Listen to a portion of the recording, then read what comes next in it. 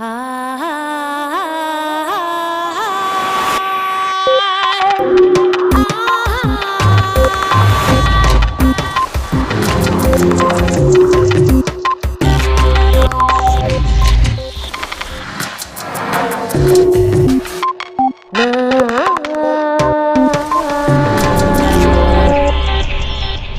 tenemos por qué conformarnos con lo que nos ha dado la naturaleza. Álvaro Pascual Leone.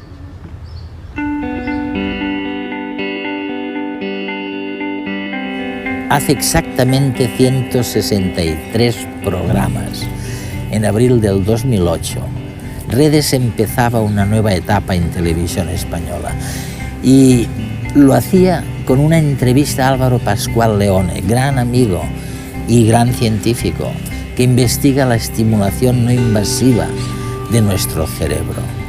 En esa ocasión, Pascual Leone nos habló de la llamada estimulación magnética transcraneal, una técnica que permite mejorar ciertos aspectos de nuestra cognición.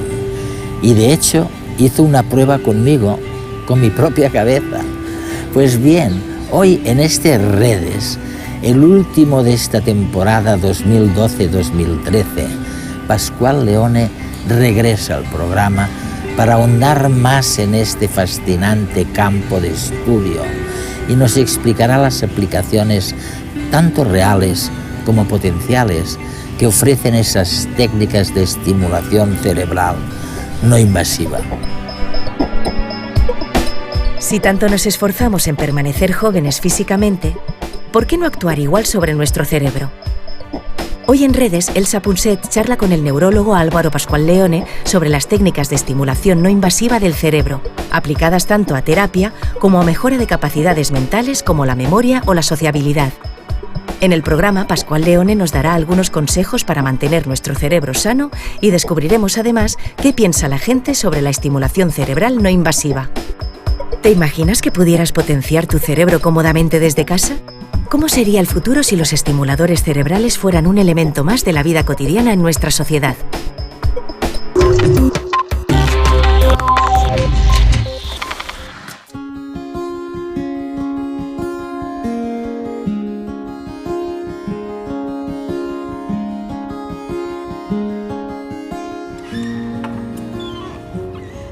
Álvaro, ¿qué tal? Muy bien, muy bien. Podemos mejorar nuestro cerebro. Lo que nos ha dado la naturaleza no es, digamos, el principio y el final de lo que hay. No tenemos por qué conformarnos. Bueno, esta es una gran pregunta. Probablemente lo que tenemos en la naturaleza es lo mejor que podemos tener, pero no funciona, no está funcionando siempre de la mejor manera posible. O sea, es posible hacer que funcione mejor para cosas concretas. Y bueno, acaba siendo una cuestión interesante de ver qué hacer para que funcione mejor para aquello que te interesa y cuáles son los posibles costes si haces que mejore mejor para algo, si pierdes en otras habilidades, ¿no? Vale, porque el cerebro de alguna manera está programado para cambiar constantemente, ¿no? Es lo que llamáis plasticidad cerebral. Correcto. Los neurocientíficos, ¿no? Sí. Entonces, la genética no lo es todo en este sentido. Hay mucho que podemos hacer para mejorar el cerebro. La genética es demasiado lenta. La genética te hace el nivel basal. Es el punto de partida, digamos. Sí. ¿Esto ya existe en el mundo real en otros ámbitos, por ejemplo en el militar?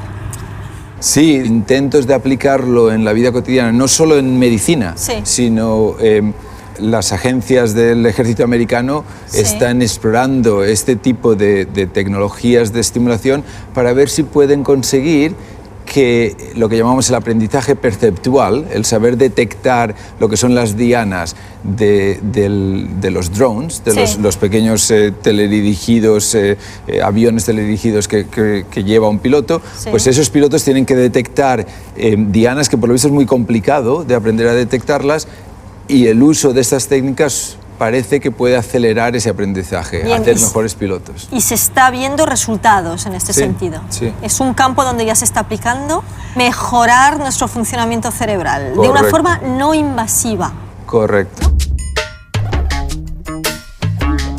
Hace tiempo que sabemos que toda corriente eléctrica genera un campo magnético y viceversa. Nuestro cerebro, como objeto eléctrico, no es una excepción. La electricidad que generan sus neuronas produce un campo magnético a su alrededor, y un campo magnético o un campo eléctrico externos pueden producir actividad en nuestro tejido cerebral. ¿Quiere esto decir que podríamos modificar nuestra mente mediante la electricidad o el magnetismo? Parece ciencia ficción, pero no lo es. Hoy en día ya existen varios métodos que permiten estimular nuestro cerebro sin cirugía. La estimulación magnética transcraneal utiliza campos magnéticos que atraviesan la piel y el cráneo hasta provocar una pequeña corriente eléctrica en la corteza cerebral. Y la estimulación eléctrica transcraneal sigue el mismo principio, pero a través de descargas eléctricas muy pequeñas. De momento, ya se está probando la efectividad de estos métodos no invasivos en casos de depresión, epilepsia, dolores crónicos, Parkinson, autismo y derrames cerebrales. De hecho, numerosos experimentos muestran que estos dispositivos, que actúan sobre el cerebro pero desde fuera, son capaces de mejorar habilidades cognitivas, como la memoria, la capacidad de aprendizaje, la lógica y la matemática, e incluso pueden cambiar la manera en que percibimos el entorno y reaccionamos ante él. En resumidas cuentas, pueden modificar nuestra conducta. Las implicaciones futuras de estas nuevas tecnologías no invasivas son enormes. Se abre la puerta para manipular nuestra mente. Quizás para manipular lo que hacemos, lo que sentimos y lo que pensamos. ¿Sería lícito mejorar nuestras capacidades? ¿Permitiría una inteligencia mejorada tomar decisiones más acertadas? ¿O por el contrario, perderíamos aquello que nos hace humanos? Como ocurre con todos los grandes descubrimientos científicos y tecnológicos, las consecuencias éticas todavía imprevisibles de una técnica con este poder dependerá del uso que le demos.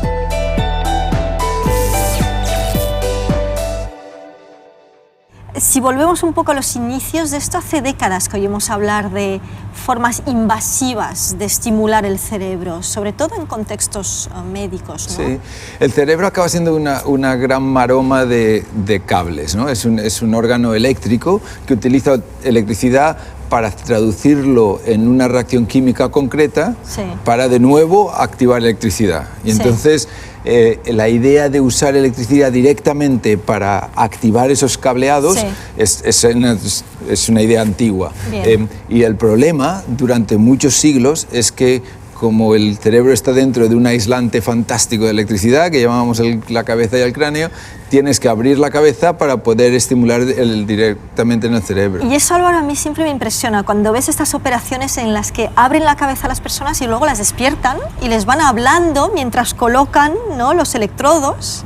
Alucinante, ¿no? Sí, ¿por qué no sufren? ¿Cómo es posible que lo soporten? Porque aunque sabemos que notamos el dolor gracias al cerebro, sí, el cerebro no tiene receptores de dolor. Eso es increíble. O sea, tú puedes abrir la cabeza y una vez abierta, lo cual duele un montón, sí, pero una vez abierta, cortar los sesos. Y la persona no se va a dar cuenta. Los sesos mismos no duelen, no tienen receptores de dolores, tienen todas las pequeñas arterias y venas en sus paredes tienen receptores de dolor. Por eso nos duele el dolor de cabeza, porque se dilata un poco la cobertura y aprieta. Pero no es el cerebro mismo lo que duele. Y por eso puedes anestesiar, abrir y luego despertar al sujeto. Y una vez despierto el sujeto, puedes estimular distintas zonas y preguntarle lo que nota, lo que siente, lo que percibe. Claro, porque no tienes otra forma sino de saber si realmente estás acertando en el punto exacto, ¿no? Exacto. Estamos aprendiendo tanto acerca del cerebro y estamos viendo que hasta ahora estábamos aprendiendo a leerlo gracias a todas las técnicas de neuroimagen, y ahora de repente están llegando estas técnicas no invasivas, de las que tú eres uno de los grandes especialistas, que nos permiten, junto a las técnicas de neuroimagen, no solo leer el cerebro, sino saber dónde podemos actuar. ¿Sabes lo que pasa? Que nos hemos dado cuenta, sí, que el cerebro es como un móvil. ¿Tú sabes las esculturas de Calder? Sí. Los móviles de Calder. Calder decía que para darse cuenta de la belleza de esa estructura hay que hacerla que se mueva, hay, sí, que esperar que llegue el viento. Es verdad. En el cerebro sabemos que lo crítico del cerebro es esa dinámica de interacción entre zonas, y para poder verlo, lo, sí, tienes que ver en movimiento, tienes, claro, que hacerlo actuar. No es una zona. Y es una zona interaccionando con las otras. ¿Y cómo consigues que interaccionen? Interviniendo. Y las técnicas de neuroimagen nos permiten ver los resultados de la intervención. Las técnicas de neuroestimulación nos permiten intervenir. Claro, porque no solo estamos hablando de mejorar la vida de los enfermos, sino a lo mejor de tener políticas de prevención y de simplemente ayudar a las personas, aunque no parezca que lo necesiten, pues simplemente para dormir mejor, para ser un poco más felices, para estar más relajadas. Mira, sabemos que a lo largo de la vida, a lo largo del desarrollo y luego a medida que vamos envejeciendo, sí, el cerebro va cambiando, ese dinamismo del cerebro va cambiando, sí, la eficacia de los mecanismos de plasticidad que hablábamos, sí, antes van cambiando. Van cambiando peor, ¿no? Van cambiando peor, van cambiando distinto. El resultado es que para muchas de las cosas que queremos hacer es peor. Bueno, es interesante esto, a lo mejor no es a peor, sino que la naturaleza ya lo ha pensado así para que te centres en otras cosas. Yo creo que sí. Y hemos decidido que es a peor, que envejecer es a peor por alguna razón. Por ejemplo, para darte algo que sabemos que es así y que yo por lo menos interpreto como a mejor, el hecho de perder capacidad para asociar cosas muy cercanas, el nombre del objeto, sí, el nombre de la persona, sí, esa pérdida de capacidad para eso está ayudando. ¿Te refieres a la memoria? A la memoria concreta, a la capacidad de aprender los nombres o de recordar dónde dejaste las llaves. O de hacer multitasking. O de hacer multitasking. Todas estas cosas que sabemos que perdemos a medida que nos hacemos mayores, va asociado a una mayor capacidad de ver relaciones más distantes entre las cosas. Y entonces yo creo que la sabiduría de los mayores, que es ver relaciones donde realmente los jóvenes no las ven, sí, esto está sustentado, en cierto sentido, es gracias a la pérdida de la asociación directa. De la mirada corta, digamos. De la mirada corta. Amplías la mirada. Ves el bosque y el coste es dejar de ver las hojas.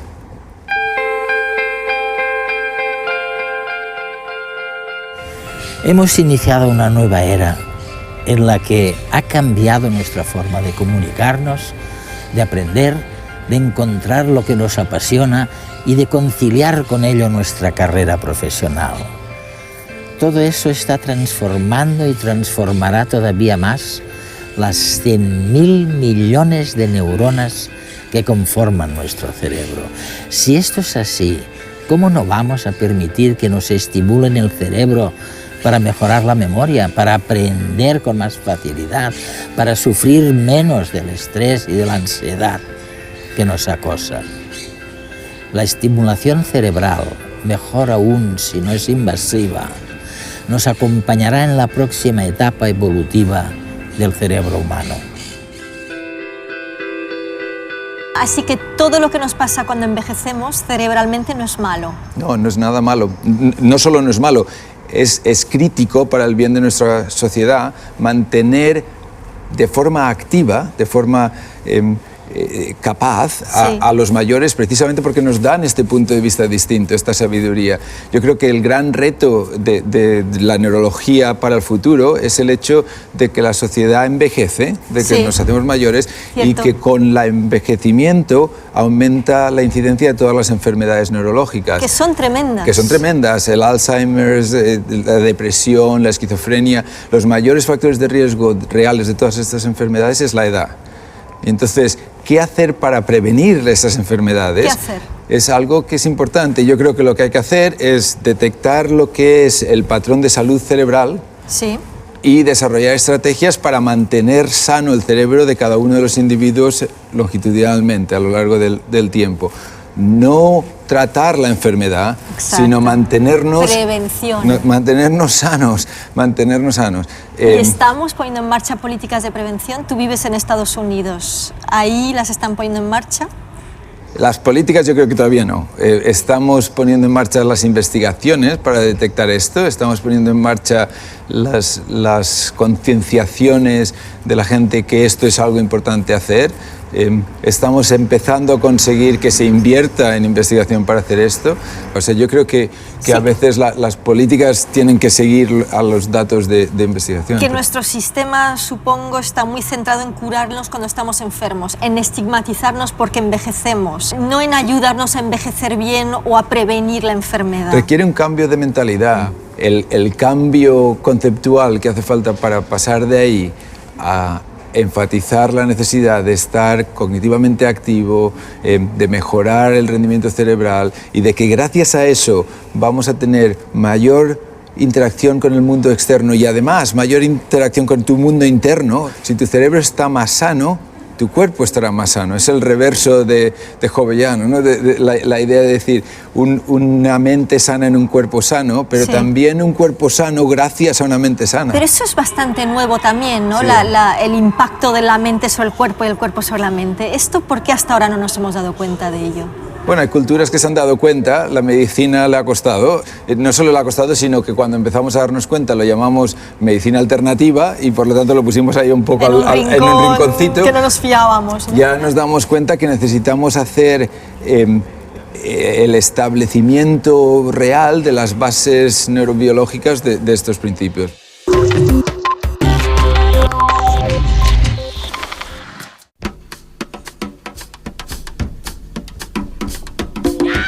¿Y tú? ¿Utilizarías la estimulación cerebral para mejorar tu mente? ¿Probarlo? A lo mejor lo acabaría probando. Todo lo que sea para beneficio del cuerpo humano, pues lo utilizaría, por supuesto. Por supuesto. Sí. No, por la calle no iría caminando con el casco, la verdad. A ver, ¿y para qué la utilizarías concretamente? Recuperar memoria o como más como así acordarme de nombres y cosas así que de repente se me va la onda. Yo soy músico y si pudiera utilizarlo para la música, lo utilizaría para la música en este caso, ¿no? Por ejemplo, el surf o estos deportes que necesitas equilibrio, estas cosas. No sé, soy un poco tímida, pues quizá mejorar ese aspecto, conseguir ser más extrovertida, por ejemplo. Si pudiera decir, quiero aprender inglés, por ejemplo, idiomas. ¿Y sería ético que unos pudieran acceder a ella y otros no? Bueno, pienso que a lo mejor no se debería de comprar. Debería regalarse. No, regalarse no, pero quiero decir que a lo mejor debería pertenecer más al ámbito, ¿no?, medicinal o terapéutico. Es como uno va a una escuela pública y otro a una escuela privada, entonces tienes conocimientos distintos por el mismo hecho del dinero, entonces es como, esto ya está pasando ahorita. El hecho que te vayan a mejorar sin un esfuerzo también es poco ético, porque mejoras sin esfuerzo y de forma rápida y fácil. Milagros al orden no existe. La gente a la larga acabaría siendo como él. Sí, la cambias 1, 2, 3, un mes, un año y luego volvería a ser la persona que siempre ha sido. ¿La recomendarías a alguien? Bueno, más de uno le sería útil. Yo me lo aplicaría a mí misma. ¿A mí misma primero? Hombre, aprenderían a hablar inglés, que eso estaría muy bien.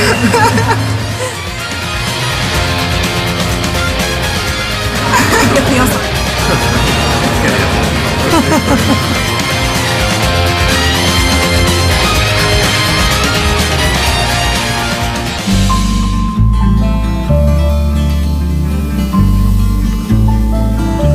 Álvaro, estamos viendo estos árboles y es curioso porque un magnolio, un ciprés cambian según el clima.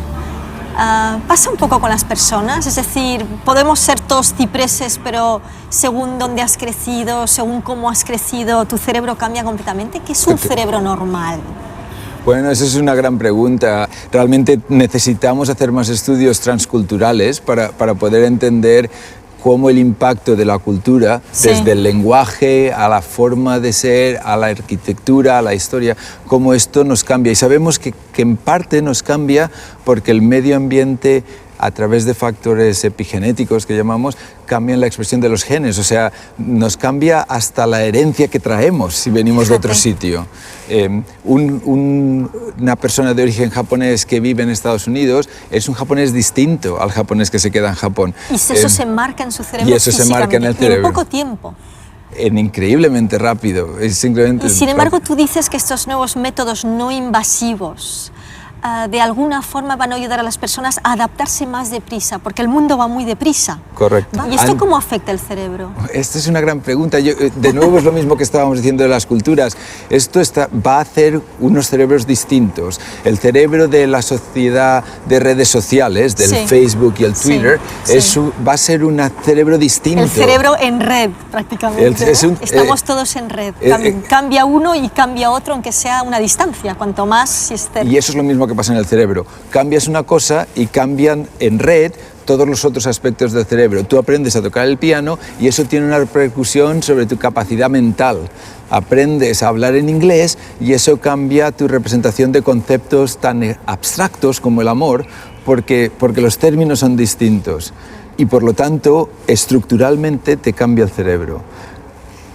Por eso los árboles son distintos en Estados Unidos, porque la nieve, el clima, todo esto es distinto y si plantas el mismo árbol en dos sitios, las influencias externas y del subsuelo hacen que acaben siendo distintos. Así que nos parecemos también a los árboles en ese sentido. Sin duda.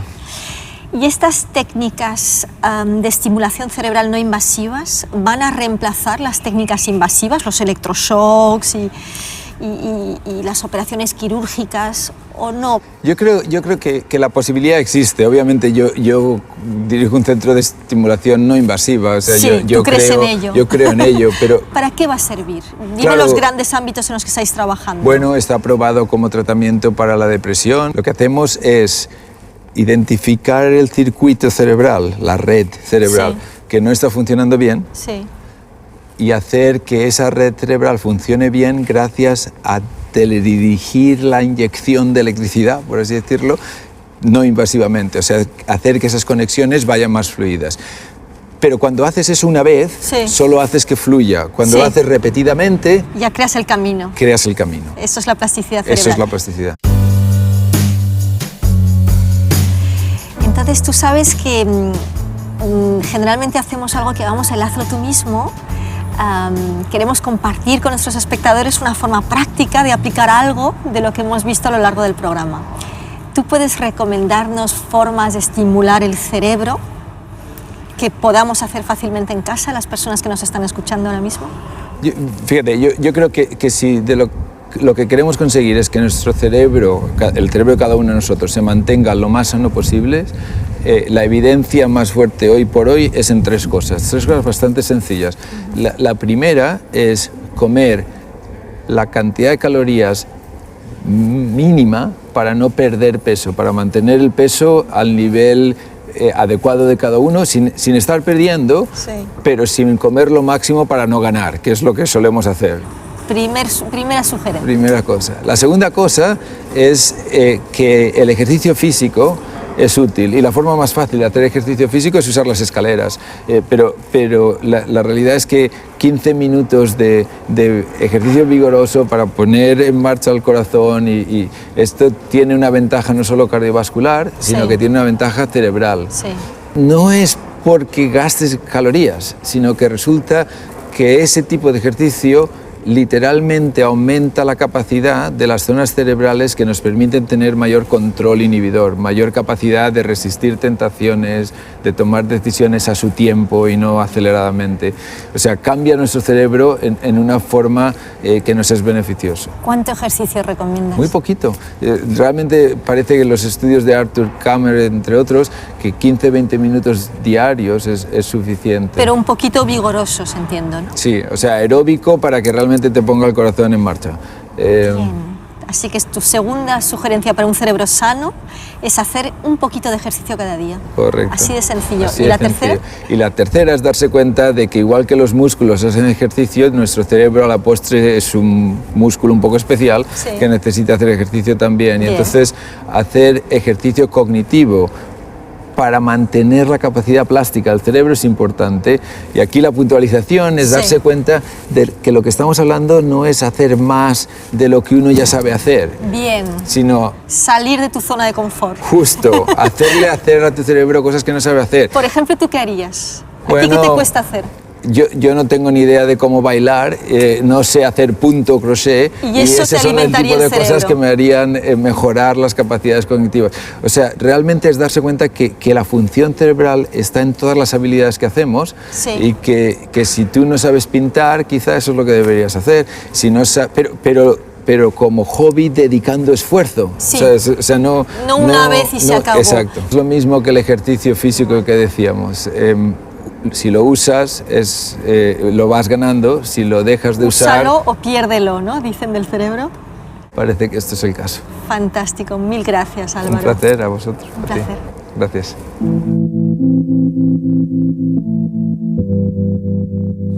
Hace varias décadas queríamos suavizar los síntomas de los cerebros desquiciados. No había muchas alternativas.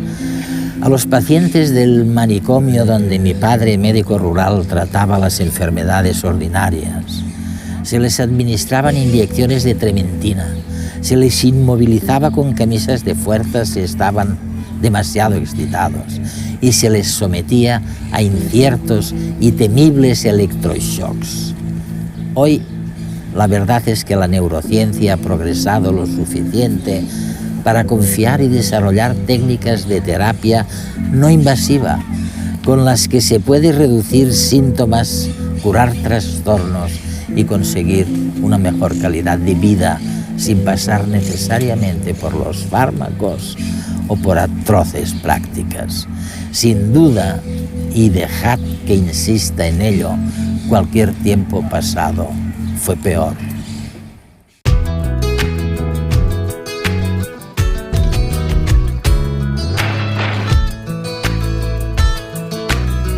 ¿Por qué los abuelos tienen el pelo blanco?